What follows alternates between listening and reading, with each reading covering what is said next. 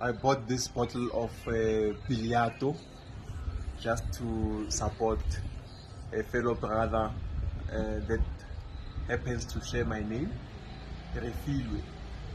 So I'm not a drunkard, and also I'm not someone who drinks, but because of this gentleman is also called Refilwe, I said let me support Bito, and let me see if it's really a taste of wealth.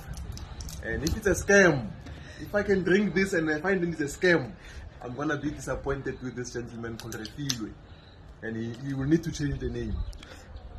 Let's see what is happening here. Let's see what is happening. Yay! Okay, okay. Good. Let's see what is happening here. Let's see. That's it.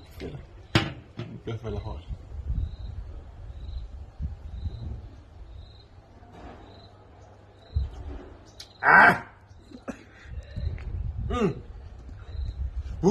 Yeah. No, I'll give you more updates. Let me see what's happening. Let me see what's happening with this drink. I'll come back to you. Yeah.